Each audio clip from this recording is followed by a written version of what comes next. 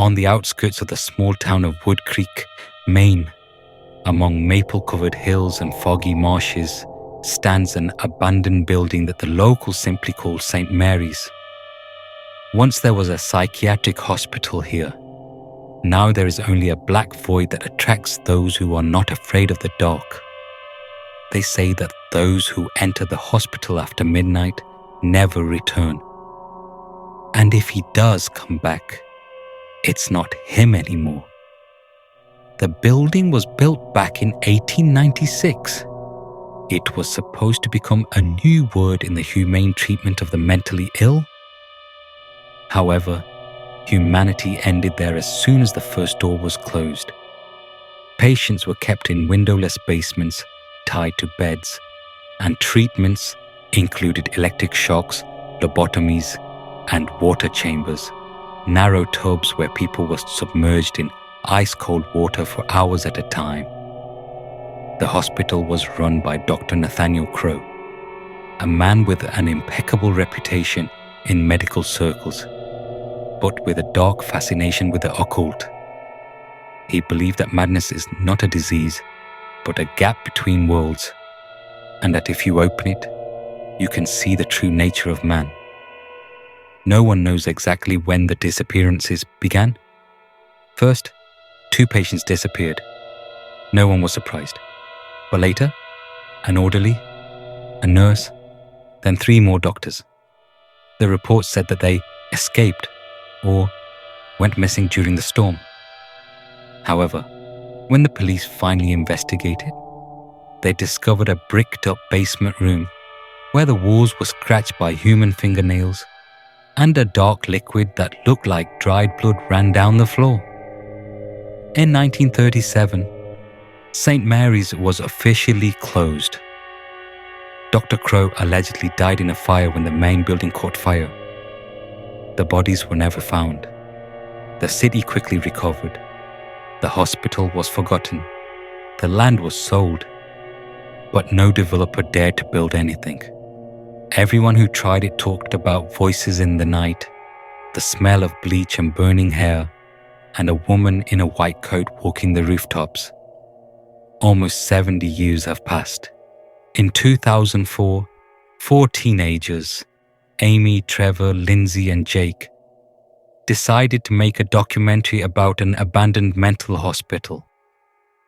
All they had was a camera, flashlights, and a foolish confidence in their own immortality.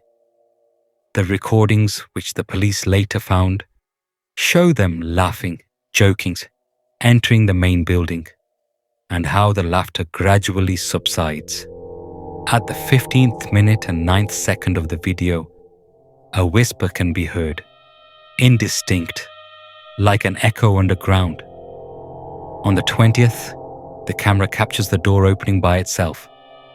At 23, Lindsay screams and the lights go out. Then there is only darkness, heavy breathing, and a single shot. The face of Dr. Crow, standing behind them in a medical gown. The camera was found near the entrance. The teenagers themselves, never. Since then, locals say that St. Mary's breathes. At night, the windows glow with a pale light, as if someone is walking inside with a lantern. And sometimes you can hear the ringing of the old hospital bell, although there has been no electricity there for a long time. The security guard hired by the city hall to patrol the area lasted only 3 nights. Then he was found 5 miles from town, walking barefoot along the highway, repeating only one thing: "They are not sick. They are waiting. They are waiting. They called me." He was hospitalized, ironically, in a psychiatric ward in another city. A month later, he committed suicide. In 2018, a group of independent paranormal investigators tried to get official permission from the city government to spend the night at the hospital. They were refused, so they entered there illegally. 3 entered. Only 2 left. The third, a cameraman named Nick Farrell, is missing. His friends said that he turned his head as if he heard someone, and went down the corridor where the door led to the old morgue. When they followed him, there was no one there, only an old gurney and the prints of bare feet that led to the wall. 2 days later, the police found the old film in the morgue. On it are the faces of patients who never existed in the official archives. Their eyes are closed, their mouths are open in a silent scream, and in the last shots, the same face of Dr. Crow slowly approaches the lens. The film was removed. Investigation reports were classified. Today, St. Mary's is surrounded by barbed wire. Signs warn, private property, no admittance. But sometimes you can see someone in a hospital gown standing at the gate at night. He does not move, does not speak, only looks. Locals bypass the road to the hospital on the 10th road, and the police do not even record reports of strange sounds. It is said that the hospital is still alive. She takes away those who come not just to look, but to hear. And there is an old rule among the people of Wood Creek.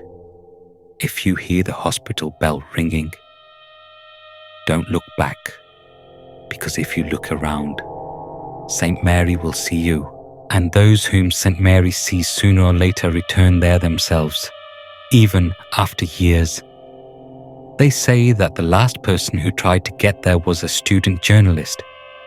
His car was found on the side of the road with its headlights still on, and on the passenger seat lay a notebook with a single entry.